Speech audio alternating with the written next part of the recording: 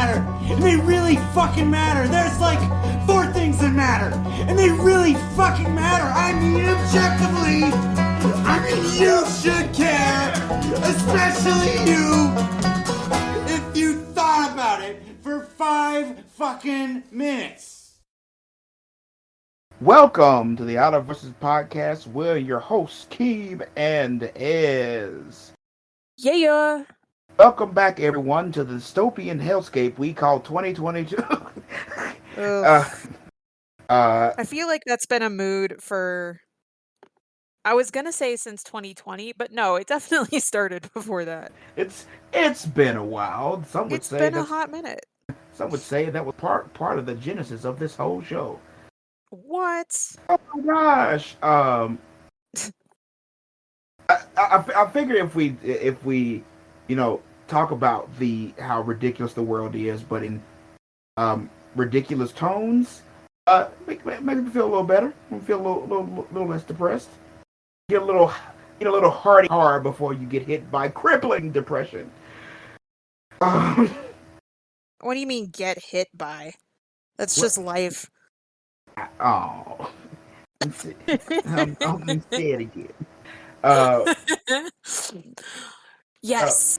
Achievement unlocked. I made Keem sad. We are back after, like I said, another week of bullshit. We had more Supreme Court rulings come down. There was a big hit to tribal sovereignty this week. Oh gosh, I can't even. The myriad of things that got handed down this week has been wild. And all of them were bullshit. Yeah, they were absolutely bullshit. But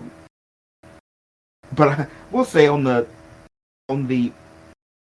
positive, not positive, but the more I think kind of funny side of things with stuff that has come down.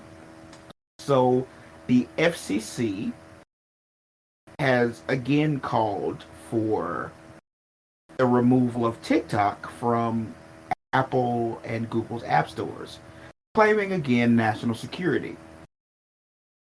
Now, this has happened before. Yeah, I remember all of the YouTube videos that happened saying, watch these TikToks before it gets banned. So it's happening this time for another very specific reason that has very little to do with national security in China. Oh, what is it?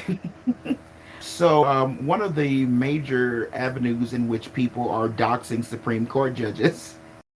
Oh, excellent. And disseminating their information has been through TikTok. TikTok and Reddit have been like the major sources, of course, on which they've been getting doxed, including doxing their credit card information. One of the things that happened is I think Clarence Thomas's credit card information was stolen, and it was used to buy emergency contraceptives. Excellent. And just buy a bunch of people dinner. Love it. So love to see it. Needless to say, the government is not happy with TikTok right now, and how it's being used. So they're trying to get that removed. Also, I think the marshal of the Supreme Court has asked that I think Maryland enforce a anti-picketing law that they have on the books that has not been enforced. Due to people picketing outside of Supreme Court judges' homes. What? You make a ruling that's going to restrict our rights and people are mad and are protesting about it? Question mark? Oh my goodness. Oh my. I am shocked. And horrified. Keem, I'm horrified. Like, it's amazing to me that this is...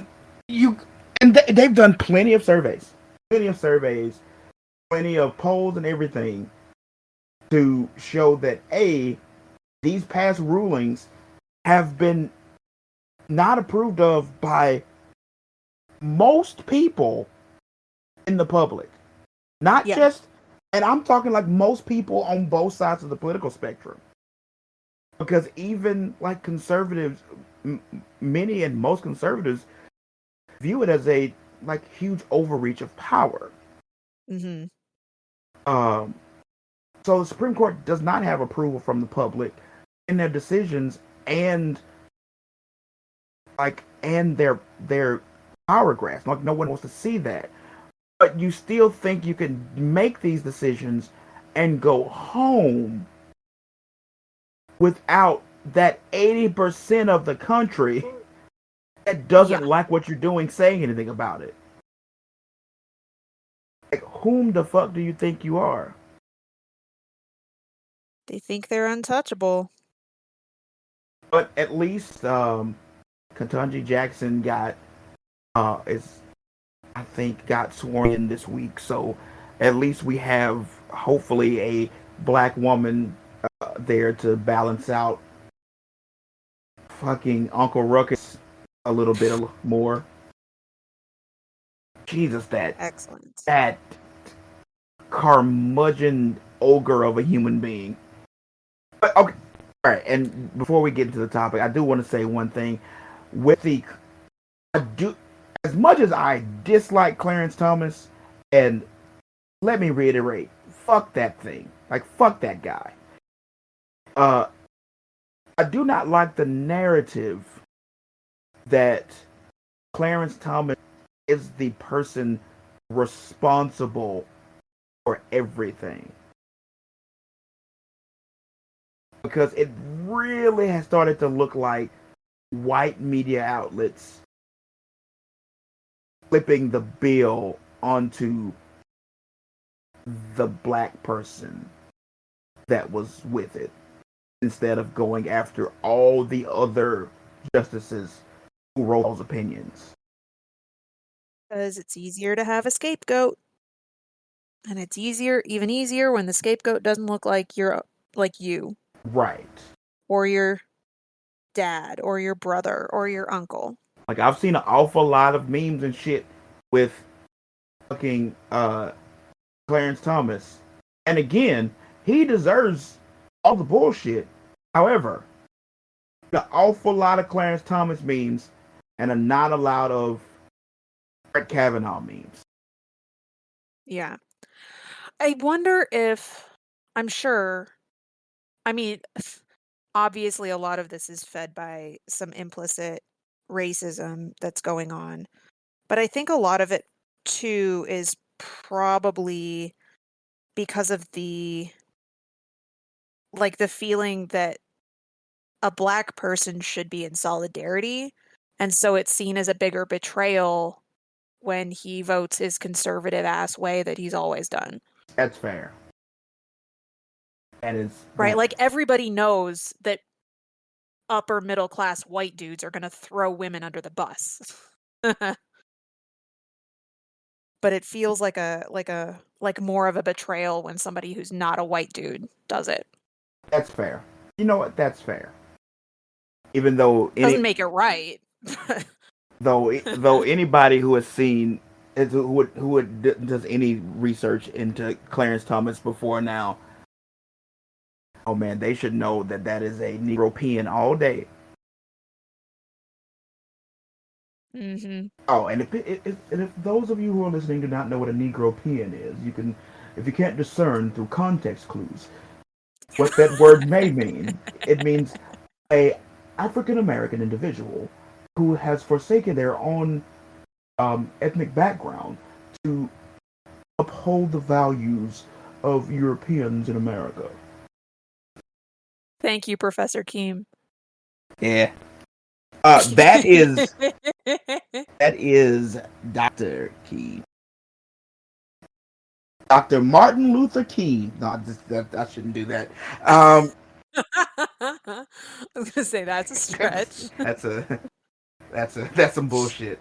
But That's a stretch, considering you don't have anybody listening to you except all of our millions of listeners, I guess. I mean, I mean, even Dr. King started out small. I just don't have a church yet. Here's your problem. But I am an You're gonna have ordained. to stop saying nasty things about Christianity if you want to get yourself a church. We'll Keem. say I am an ordained minister, so part of the way there, I right? did not know that you were an ordained minister. Yeah. But with speaking of the Supreme Court and Clarence Thomas and that things is what topic do we have today? All right. So, for context, last week we were talking about how all of this bullshit is driven by white supremacy. And there was a part of me in the back of my brain going, but what about? Right? But what about patriarchy? But what about Christianity? And it's whatever, like the assumption that Christianity, like, this is a Christian nation. What about this? What about that? And I remembered that these things all they can't be separated from one another. They all stand together to uphold one another. All of these systems of oppression are interconnected and can't be separated because they all I'm going to stop repeating myself, right? But they all support one another to create the system that we live in now. It's this big Frankenstein's monster of bullshit. Right. Right. You can't separate one from the other because they're all parts of the same thing. They're all parts of this same systems of oppression designed to keep all of us controlled and in our places and keeping this ridiculous machine churning on indefinitely. And it's a awful machine. It is an awful machine. It's dehumanizing, it's exploitative. That's a word, right? Yeah. You got it. You got it. Yay! Okay. Yay! I can word. You can tell I don't spend much time talking to people anymore. But all of it is designed to keep us in our places within the system. All of it. So I wanted to spend some time looking at that. Yeah, let's go. Let's do it. No, let's do it. Let's do it. So I'm going to lean on Keem for a lot of the history because a lot of these things are really. I didn't study any extra amounts of history in the course of my education, but a lot of these things are really shown if you look at the history of anything in this country, even the history of progressive movements, you'll see that these things can't be teased apart from one another. Right? So, like, go. I was that historically, everything's all like they're all branches of the same proverbial tree.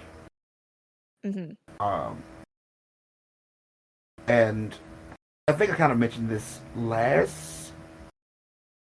I kind of touched on this a little bit last week, but like in the history of, honestly, in the history of the world, the way these things interact is the way the systems of oppression currently interact today is almost a new monster historically. Like, and I want to make that clear because I think that is a key point in resistance of these systems of oppression is that a lot of them and the way they interact is relatively young. It's not something that's been there forever. It's not just a part of like, oh, it's part of being human. And no. These things are very purposeful. They've been done for very specific reasons. They're new. In the course of human history, they're relatively young. And when something is relatively young, that makes it more likely to be like able to be fought back against and changed. Mm-hmm. But go on. And a lot of